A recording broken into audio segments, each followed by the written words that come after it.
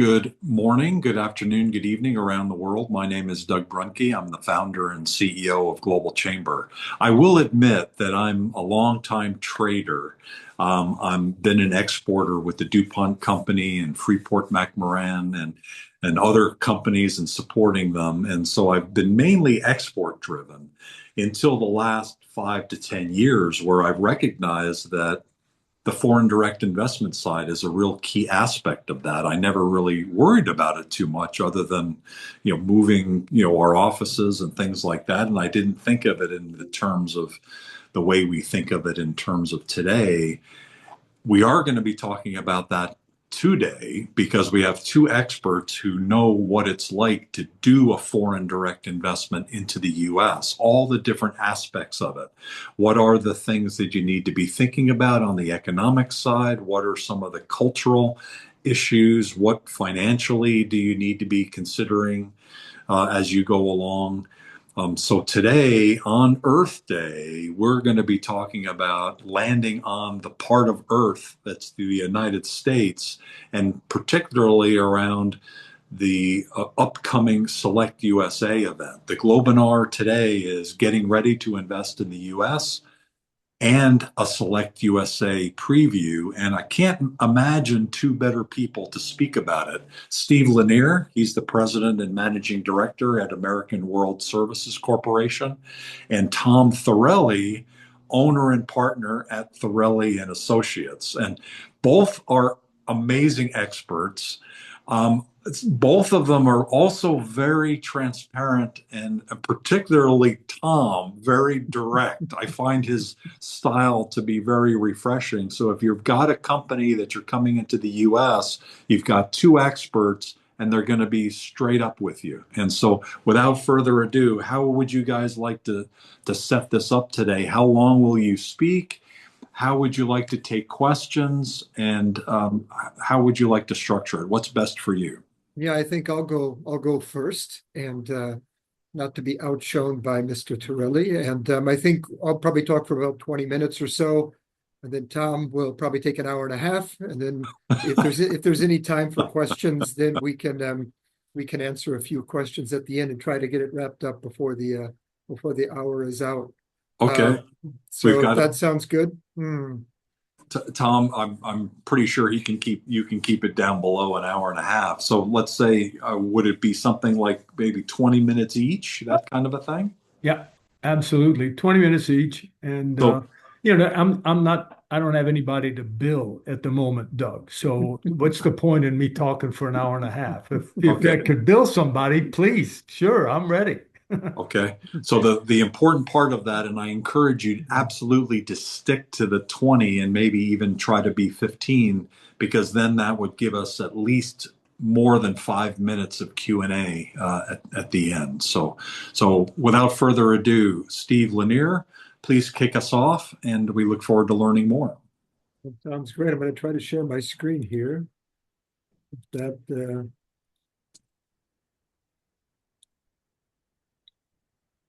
Can you see You that? Does that look good? you look good. We don't see Well, what you you don't see that. shared yet, Okay, it's still not. but we'll get there.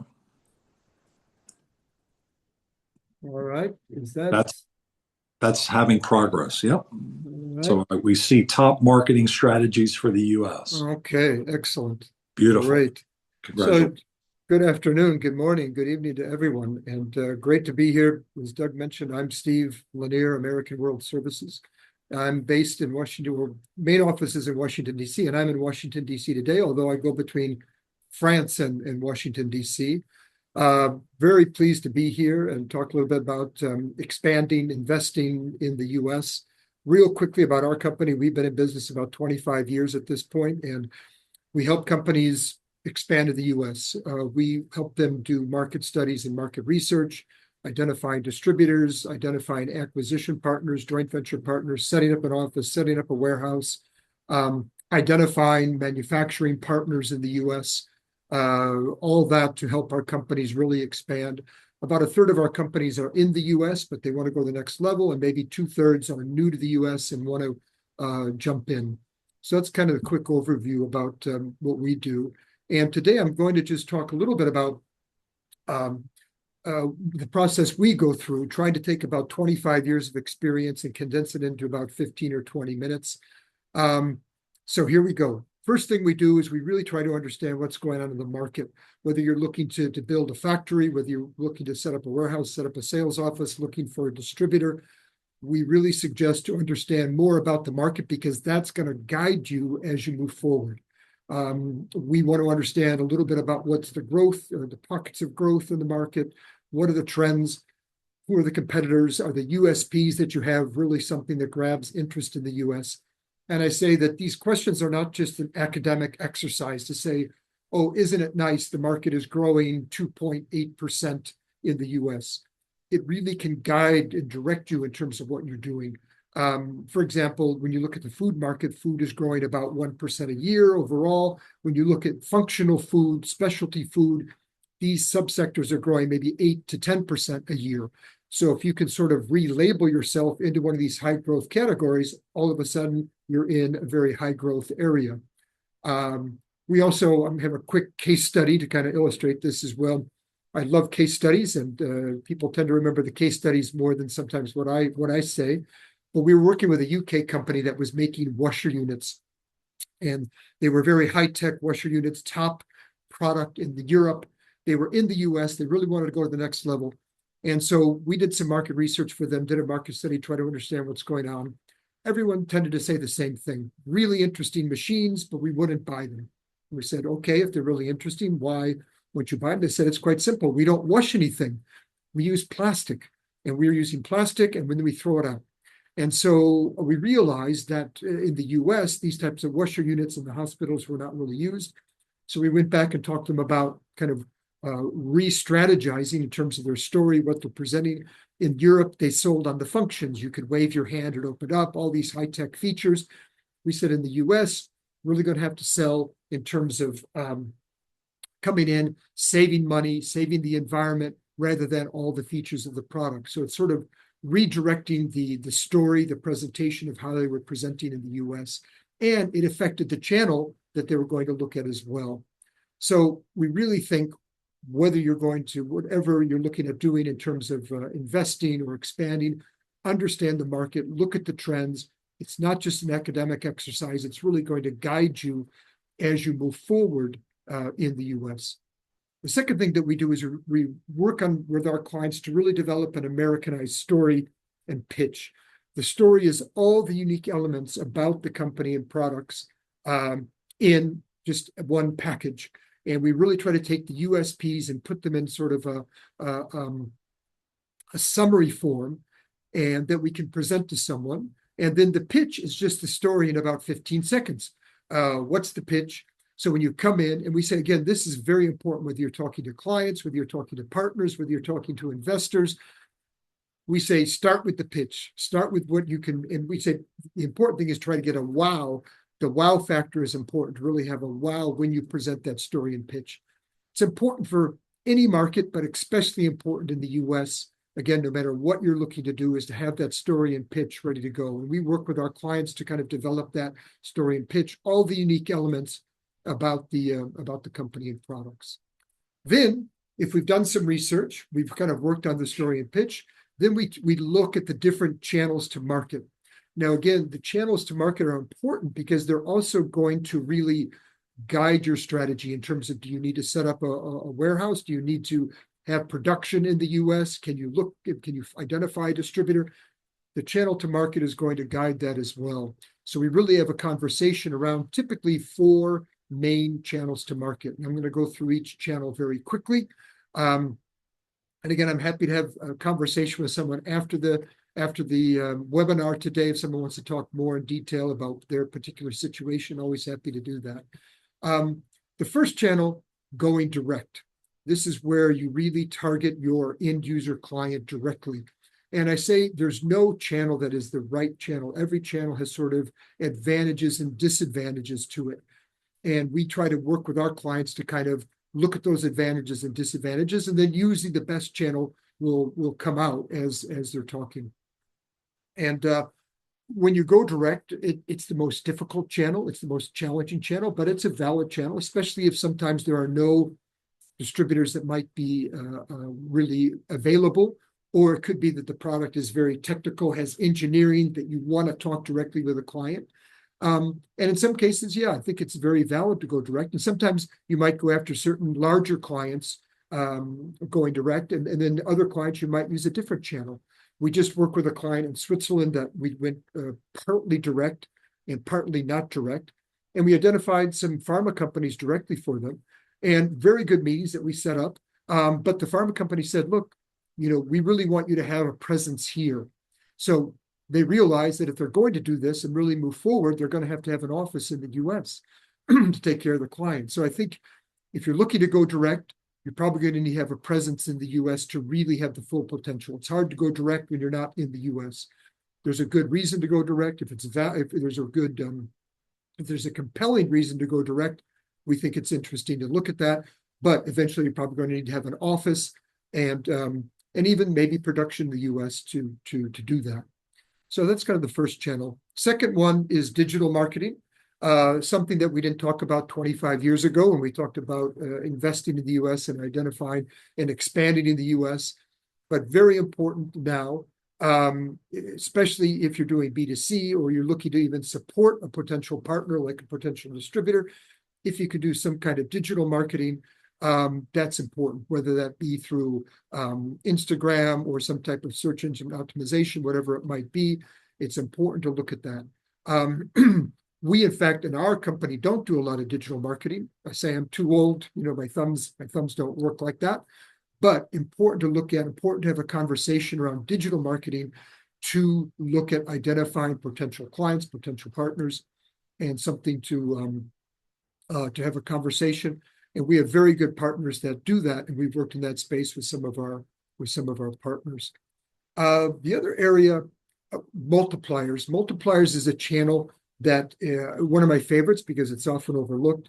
Multipliers are groups like in industry associations or groups that have members that you want to talk to, any type of referral network, business clubs, executive clubs, industry associations. These are all types of multipliers that have clients that you want to talk to. And we think multipliers are very important, especially if you have something that's innovative or has education that's required, or a service company, for example, anything that's high trust, high credit or high credibility, then we say, okay, a multiplier is probably a good strategy to look at, a good channel to look at to move forward. Going back to our original case study about this UK company that had the washer units, we suggested looking at multipliers as a channel to market for them. Why? Because it was innovative for the US. It was innovative, not so much for Europe, but it was very innovative for the US. And when you have something that's innovative, requires education, multipliers are an important channel to look at. In their case, we found a hospital association in Washington, D.C., not far from where I'm at. It was an association of American hospitals. And in the association, they had a committee of environmental managers. And we said, that's where you want to be. You want to be in that committee. You want to be getting in front of all these environmental managers, talking about how your washing unit can save the environment, save plastic, reduce costs. So that was a way to get in and educate through that for that company and through this multiplier channel. So multipliers can be something very interesting to look at. Again, high education, high trust, high credibility, or your service company, which tends to mean your high trust and high credibility. Then the last channel to market is more the traditional channel, looking at sort of partners, looking at importers, distributors, different agents or brokers where they will resell the product or sell the product. Important channel to look at, even into looking at a complementary manufacturers or a complementary service provider can also be a good partner to look at. And then even looking at acquisitions and joint venture partners. Acquisitions are extremely interesting right now. It's a good way to invest in the US, a good way to have a footprint in the US, because it's very much a buyer's market right now when you look at acquisitions. 25 years ago, when we would do a search for companies to acquire, it could be a bit of a challenge. Now we're finding a lot more companies are open because a lot of business owners are baby boomers and older individuals that are in their 60s and 70s. They're looking for an exit strategy. Coming in right now to buy a company is a very good time. We're working with a company right now out of the UK looking to buy a company, and we've had a very good high response rate from companies. We've been able to really pinpoint companies that look well targeted and find companies that are open to being acquired, that are open to talking more and moving forward. So we're in the middle of that right now. So acquisitions are very interesting. CMOs are also very interesting. Contract manufacturing organizations. Working with a company right now looking for a CMO who can manufacture for them in the US. If they can't find that right CMO, then they're going to have to look at setting up some type of production, either a greenfield or a brownfield. But oftentimes we say, look for a CMO first. Look for a manufacturer, a contract manufacturer, or even a complementary manufacturer who could manufacture for you in a type of a joint venture, or maybe even go into some type of a merger or acquisition with them. If you can find that joint venture partner, if you can find that CMO that's going to manufacture for you, then you save a lot of money in terms of having to set up actual production in a brownfield or a greenfield activity. Sometimes it's difficult to find that CMO that can do it, but oftentimes we can. And in that case, then you just pay the CMO to manufacture, or if you find some type of a joint venture partner, then you're working together to manufacture and they can help with the marketing.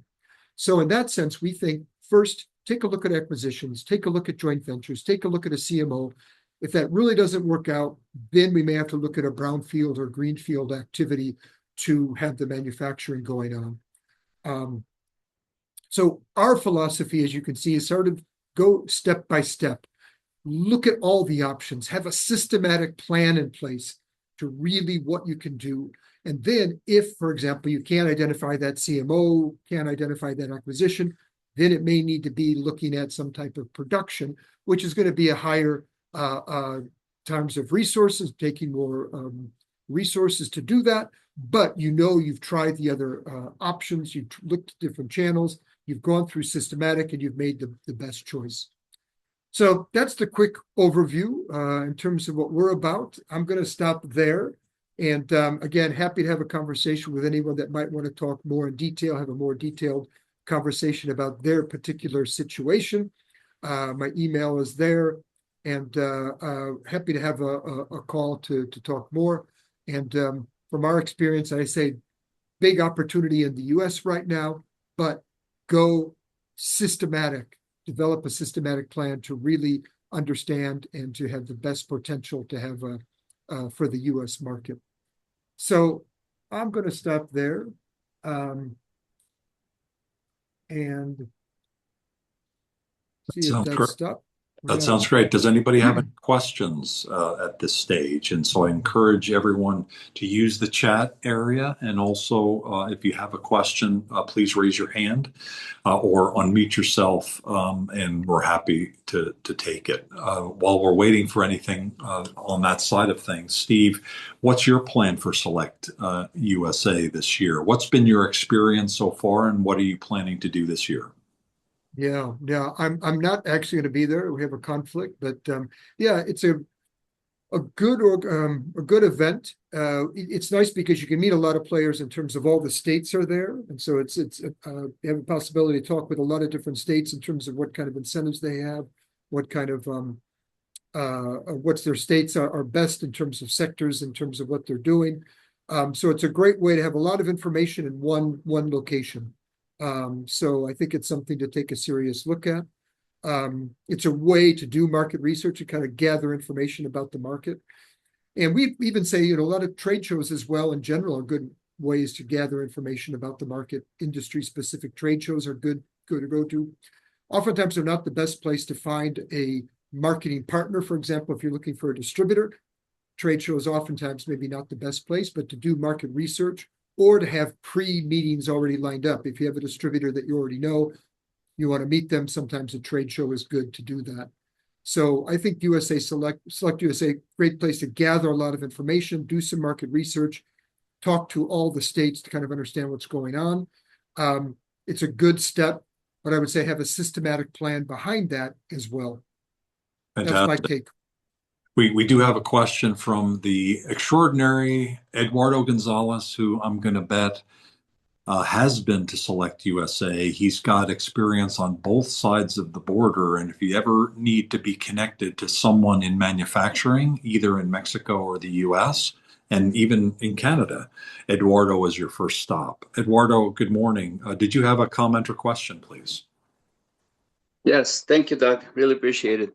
And a great presentation, Steve. I think your process is very common sense one and very clear. I just want to let you know that I help companies find contract manufacturing on the Mexican side.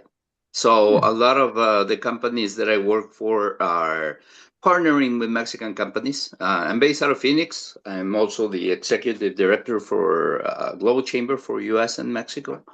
And we help companies find that the component of manufacturing, part of the process, the whole process, it just depends on the type of project that they're looking for. We also help them on the site selection. I know this is based in the US, but we also find opportunities on the Mexican side. Most of the time is the twin plant operation, where you have an operation in the US and you have an operation on the Mexican side.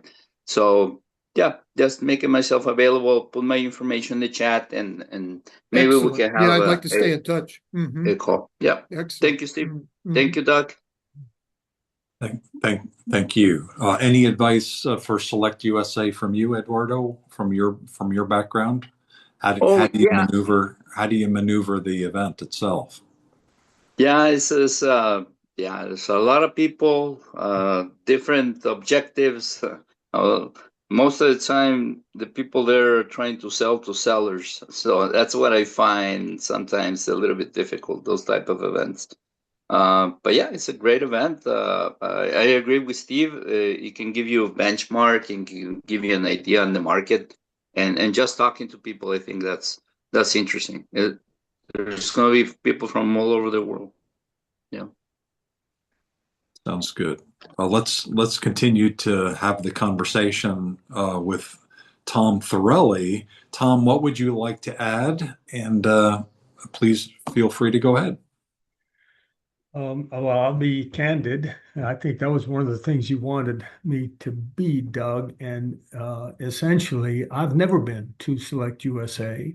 I've spoken at multiple pre-Select USA events in France, in the Netherlands, in Belgium, I think even in the UK.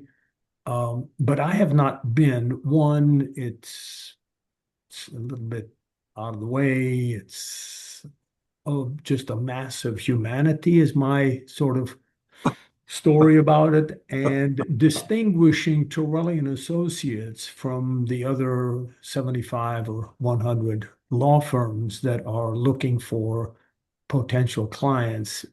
It's just, I'd rather go one-on-one than try to fight the traffic. But at the same time, I've spoken with some other small shops that are accountants, that are service providers of all kinds, that have said that Select USA actually has provided them with some really interesting opportunities.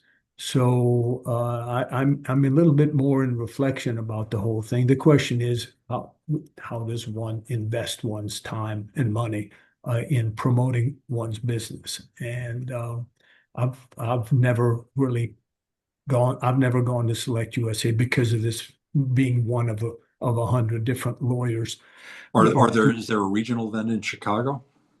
There is going to be a Select Chicago event at the end of this month, Okay. which I am planning on attending, but don't know much about it. But yes, I think there is some form of a local event. So anyway, shall I start in on the legal mumbo jumbo? I think we're all sitting down, waiting pensively to hear your wisdom. Yeah, you better get lots of coffee because this is, it's legal stuff. Actually, this presentation, and some of you have already been on this presentation before, is really trying to give nuts and bolts as to what are the legal issues that a foreign company, particularly small to medium-sized foreign company, should take into account and into consideration when they enter the U.S. market. The problem really starts from the fact that most foreign companies don't use lawyers much in their home country. And so when they come to the United States, it's like, hey, I don't need a lawyer. I'm just trying to do business here, okay? I'm not trying to do law in the United States. And they lose sight of how important it is to button down legal aspects when doing business in the US. So I start these presentations, and I know most of you are consultants, so I'm preaching to the choir. But the key to me, and the only reason to really use lawyers when you're entering the US market is if you're committed. Too many foreign companies are not committed to doing business in the US. They're hoping that they can find a partner that is going to lead them to the promised land, or they're going to give it a go and see how far they can get and with minimum resources and all that kind of stuff. And when I talk to companies on Zoom or Teams calls, which is what I spend most of my mornings doing during the week, it's pretty easy to tell whether somebody is committed to doing business in the US or not. And if they're not committed, I tell them, don't waste your time because you're going to end up spinning your wheels, wasting time, wasting money, and you're not going to get anywhere on the US market. And you'll probably draw the conclusion that there really wasn't much of a market in the US for your stuff. And that may have nothing to do with the potential in the US. It's because you weren't spending the time and the money, especially the time. And on people like Steve, engaging Steve, for $7,500 to do a market research and help organize visits to a trade show and set up meetings with potential partners or customers, etc. I mean, and if $7,500 is out of somebody's price range, to me, that's a drop in the bucket. And to kind of go blindly to a US trade show or based on somebody that you met at the Düsseldorf trade show that expressed some interest in your stuff and it's that's not going to work. So it's pretty easy to tell. And if you want some of my secrets in finding out whether people are serious or not, I'll be happy to talk to you about it. I, like Steve, am totally desperate, and therefore I'm happy to spend up to 45 minutes with a company for free on a Zoom or Teams call to answer questions and to provide them the benefit of the 40 years I've been doing this. So let me tell you a little bit about our firm, and through telling you about our firm, I'm going to walk through those issues that I think should be taken into consideration from the outset. So what we do is we help clients take advanced preventive steps to minimize their exposure to legal risk when they do business in the US. And that is usually music to the ears of a foreign company, because that's why they want to talk to a lawyer before they do business in the US. What do I need to do? So one of them is protecting intellectual property rights. Most of our clients being small to medium sized, they need to distinguish themselves quickly and easily from their competitors, and often enough that's with technology. And that technology needs to be protected either through US law adapted NDAs or through license agreements, etc., or patent applications, design patent applications. One of our lawyers, Greg Casimir, is a licensed patent lawyer. Where we devote most of our time to IP is in searching and registering trademarks, copyrights, and of course in contracts. So IP is often enough the first thing that I recommend be taken a look at. Amazingly enough, and those of you that work in the international trade business, your and our clients, either the name of their company is English or with letters and abbreviations, or their brand is in English. Well, how come? Well, because we want to be known when we do business in the US. And the way you do that long term is by registering, protecting the mark. We have so many companies that come to us. Like we have a client that it looks like they're going to engage. It's called Atom, ATOM. And they haven't registered their trademark anywhere. They're in a very, very specialized business.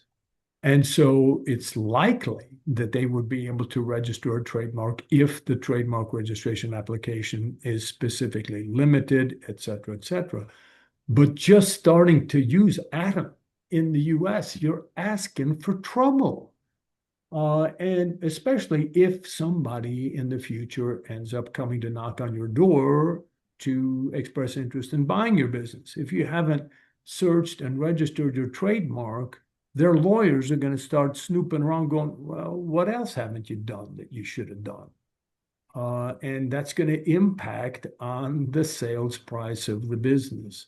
So protecting trademarks to me is essentially the cheapest way to enhance the value of a business. The cheapest way to enhance the value of a business is by registering trademarks, especially in the US, because it shows commitment. It shows engagement on this market, and it doesn't have to cost a lot of money. We charge $2,000 to do a full trademark search. Of that $2,000, we pay 970, I think it is dollars, namely half of that, to a search firm that is the only search firm that is recognized by the U.S. court system as being legitimate for gathering all of the raw data that we go through and then provide an assessment or an opinion to our clients as to whether the trademark appears to be available. And then we charge $1,400 to put the trademark registration application together. And there is somewhere between $350 and $550 in filing fees per international class with the U.S. Patent and Trademark Office. And again, so there we go. Oh, well, that sounds like a lot of money to me. Voila. No commitment to doing business in the U.S. Oh, yeah, we're committed. Yeah, but not really.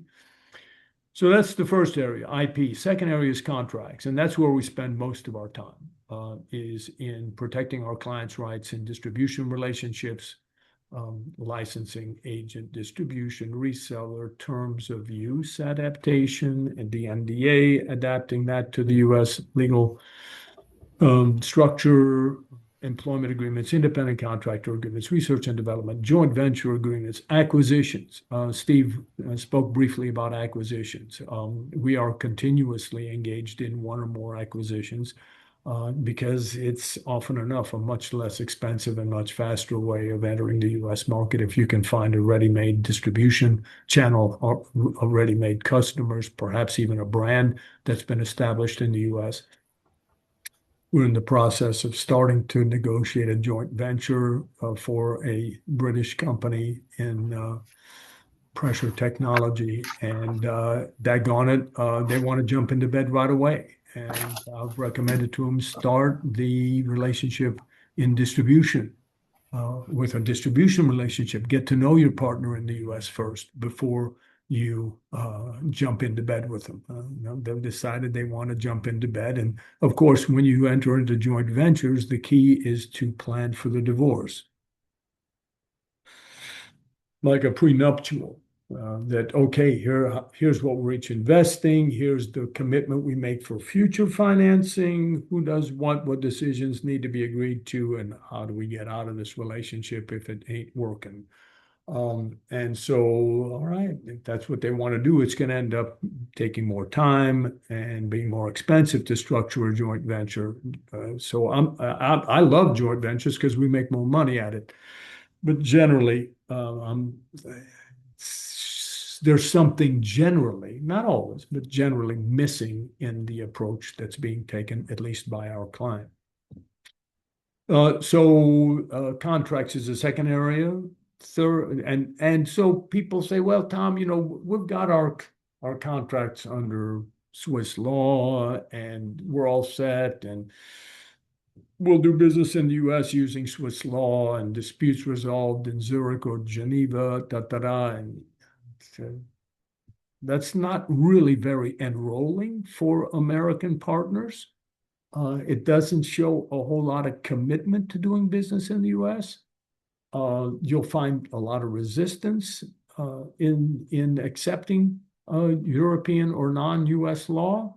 And then ultimately, let's say that trade secrets are stolen or they're working with competitors or da-da-da. And they're not paying for product, and you decide to sue them, and you sue them in the courts in Zurich, and you win because they really didn't defend themselves. What are you going to do? You're going to start over again in the US, in their backyard. Again, it's really sort of this perspective of if you're going to do business in the United States, then for goodness sakes, do business in the United States a la américaine and not according to Swiss or wherever else.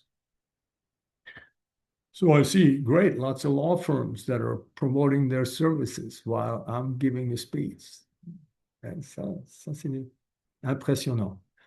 All right, so anyway, getting back to the business at hand, the third area that we work in is setting up and keeping companies in good standing. And our view is that if you're committed to doing business in the US long term, then you should start thinking about setting up a US company sooner than later.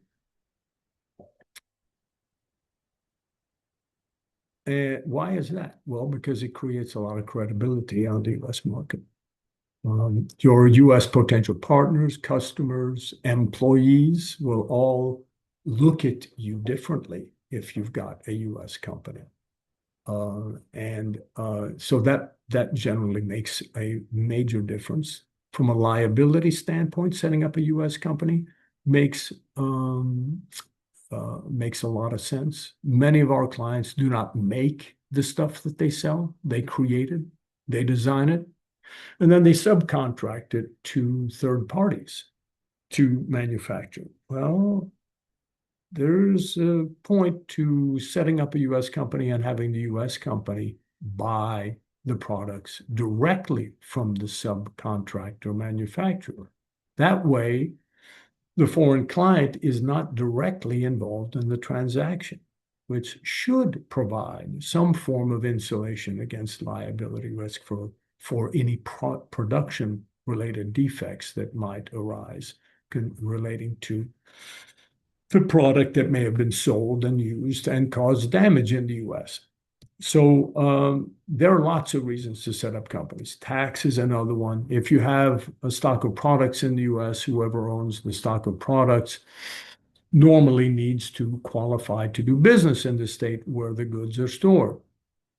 Well, if it's the foreign company that owns the goods, it will have to qualify to do business in the state, which means going to the IRS and getting a tax ID number, which puts the foreign company on the IRS's radar.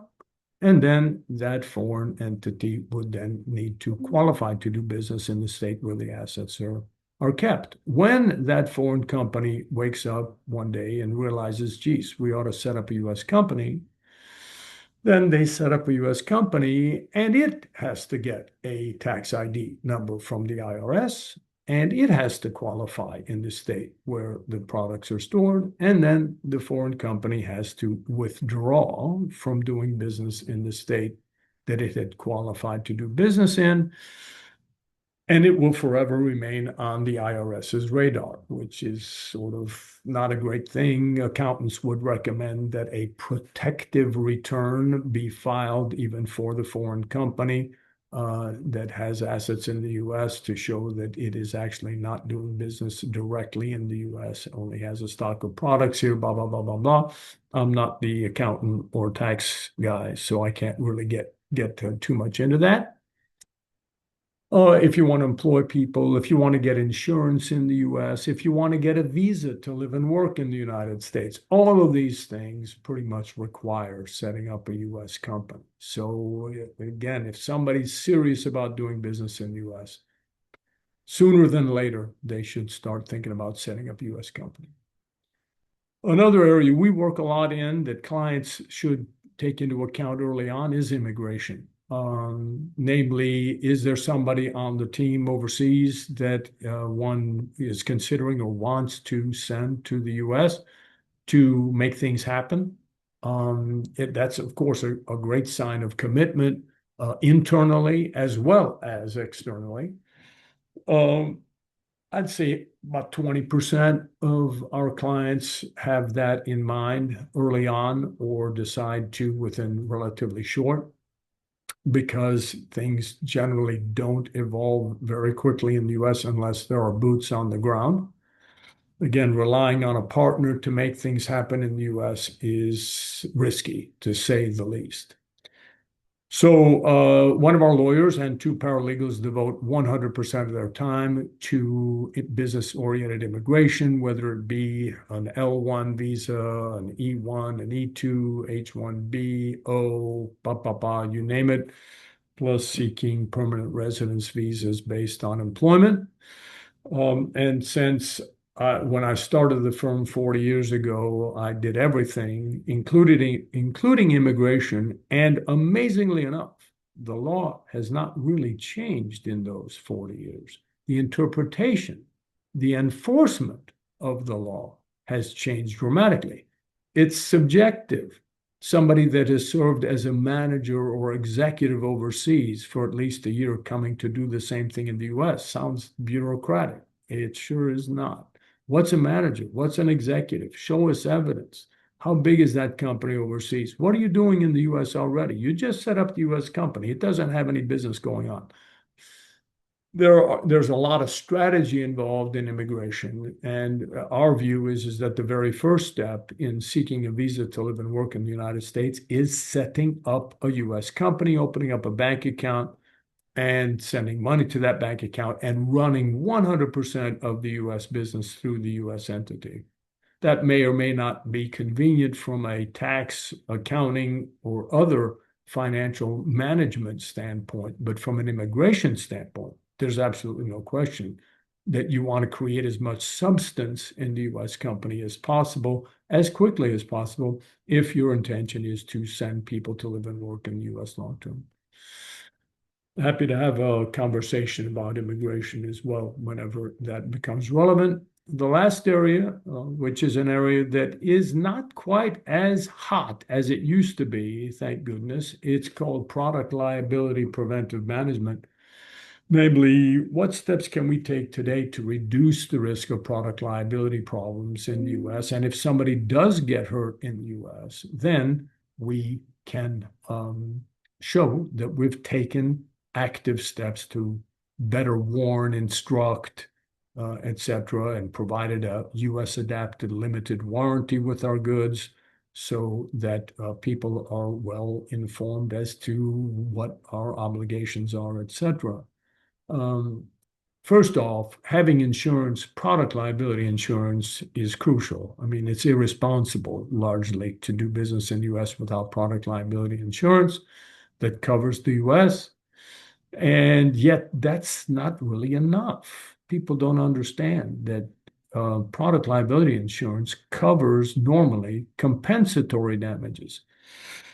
And that's important, but it's punitive damages that are the damages that kill or risk a company's existence. They're multiples, sometimes exponents of the compensatory damages, and they are virtually never, ever covered by product liability insurance. And it is those damages that our service, we call product liability preventive management, is designed to minimize the risk of. So for those of you that are working with companies that sell consumer products or sell equipment where somebody might get hurt, product liability preventive management is something that they should seriously consider early on. So we offer fixed fees for a lot of the work that we do, again, because most of our clients are small to medium sized and they're scared to death of lawyers. So they want to know, how much is this going to cost me to do the trademark search, set up a company, do the first draft of a distribution agreement, an employment agreement, seek a visa, do the product liability preventive management work. So adapt the terms of use, sales terms and conditions, limited warranties. We provide quotes for a lot of the work that we do. Happy to get on the horn for up to 45 minutes with a company to answer questions, and delighted to have been invited to be on this event. Thank, Thank you, Doug. thank you, Tom. Always amazing, always knowledgeable, always direct. Does anybody have any questions? I don't see any, but if you have a question or a comment, please unmute yourself. Um, you let us know how the Chicago area Select USA event goes. The regional ones tend to be less of a mass of humanity, as you described Select USA, which some view as a positive and some view as, horrific, right? Because you're just trying to help people, which is really cool. And so I encourage all of you, if you have some companies that are coming into town or coming into the country and they're thinking about all the aspects of making it a success, these are two gentlemen that can help it on both sides, help them on both sides. It sounds like, Tom, you've seen a lot of people push back on a lot of basic ideas. Hopefully most are able to do the right thing. And certainly probably all the ones that work with you do, right? Well, All of them? not all, but most do. And so what we do is we have our conversations, and then I send a summary of the conversation so that the client prospect understands at least my understanding of what their business is and what their plans are for the U.S. And then I list out, generally in order of priority, those issues that, in my view, should be addressed as they move forward. And often enough, it's a half a dozen things. And I let them know, I view my job is to let you know what I think are important issues. You don't have to do any of them, but these are the things that I think in priority. And often enough, it starts with trademark. It then comes into setting up a U.S. company and then the various types of contracts that they might have with employees, distribution, et cetera. One of them, and she just had to leave, but I'll work on finding her contact information, is Carolina from Stillman. One of the issues that is invariably always a factor is cross-cultural. There's the legal type stuff, and then there's the dynamics of the market. The U.S. is at least 14 regions that have different cultures. And when I hear that, it's like, okay, well, I get it, except I'm from New York. And I can tell you in New York, Long Island people are different from New Jersey people, are different from Brooklyn and Queens people. Actually, Brooklyn and Queens are a little different. I'm from Westchester County. That's different. Upstate New York further is different. There's probably 10 different cultures just in New York State and around it. And so how do people navigate? Talk to people like Carolina, and I'll put her information in the chat area. Are there resources that you guys use to help people when you see that they kind of don't get it, to be able to kind of point them to that they hopefully can at least do some of the basics? Indeed. Yes, we have. And the problem is that, oh, no, it's all good. Thank you very much. If that's going to cost money, then I'm not interested. It's like, but don't you want to know how you should address Americans and the differences in the culture, being more direct, more win-win, not wasting time, follow up, like Mr. Lanier likes to say, et cetera, et cetera. I mean, there are some cultural differences that you can pick up on and make a big difference. Absolutely. So we have referred them on to specialists in that field. I don't see any questions, but maybe 30 seconds. Demetrius, if you would like to say hi. Demetrius Evans is our board chair for Chicago and knows Tom. You guys have met because I think we've been in the same meeting together. And Demetrius is on the District Export Council there. 30 seconds, Demetrius, just to say hi. Do you have a moment, or are you in court? No. Hi everyone. Happy Wednesday. I was so happy that Council that you talked about, is it Council? Somebody before talked about Select because that is going on the 30th. So anybody who's on this or will be watching the replay for Chicago, so Select Chai is the 30th through May 1st. So yes, that is going to be a great opportunity. Two different tracks for that. One in water energy, and then the other one, oh, it's slipping me, but I put it in the chat. So I look forward to see everyone there. I'm agreeing with everything, obviously, everything that council is saying about coming to the US, getting down to the very atoms that we talked about, really getting down to the nitty gritty. How do people in Chicago relate to people in New York, let alone people in France? And I just agree with everything that you said. So thank you for all of the information.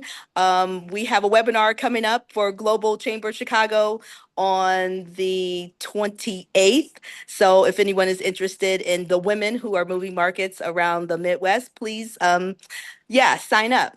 Thank you.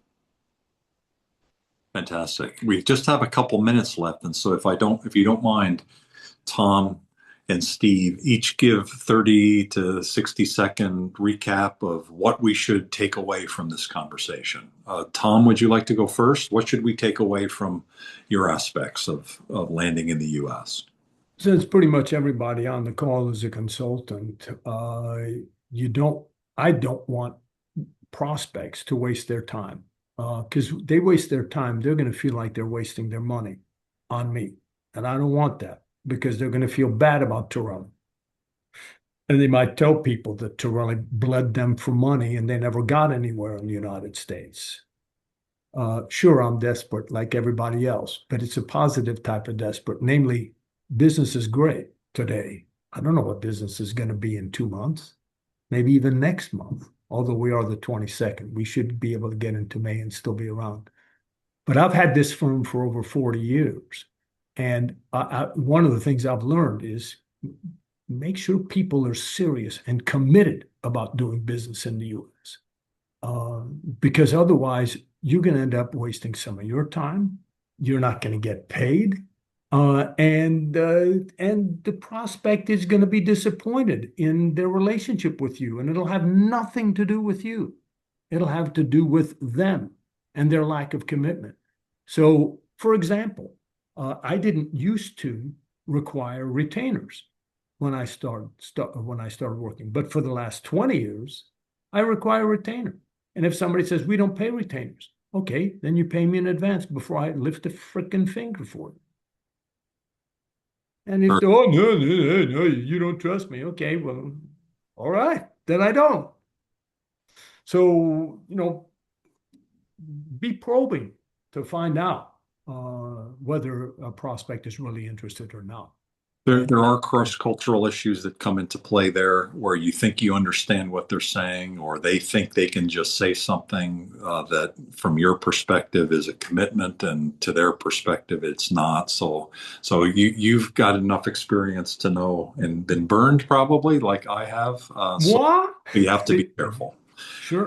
Steve's probably never been burned. He's so wise. No, there What you go. what No. what's your recap? Yeah, just to build on what Tom said, yeah, that commitment is extremely important. And then I would, add to that the systematic process. That's what I think is really the key to being successful. And it takes resources to do that. It takes some time. It takes research, and to go out and really do a systematic process. And then you can increase the chances that you're going to be successful.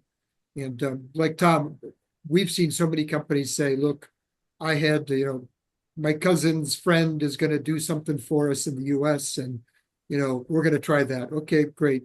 Go for it. But if you want to do a systematic approach, go through one by one, find the best partner, find the best channel to market, look at all the options, then make a decision. That to me is the more serious professional way to do it. Thank you for That's my pitch. Thank you for the information. There are these regional events. The one in Chicago is on the 30th. The one in Los Angeles, I know, is on the 28th, and there are quite a number of them around the U.S. We are having World Trade Month for Global Chamber, which is for the US, it is World Trade Month for the US government. And you'll see World Trade Weeks all over the US, in New York and in Southern California.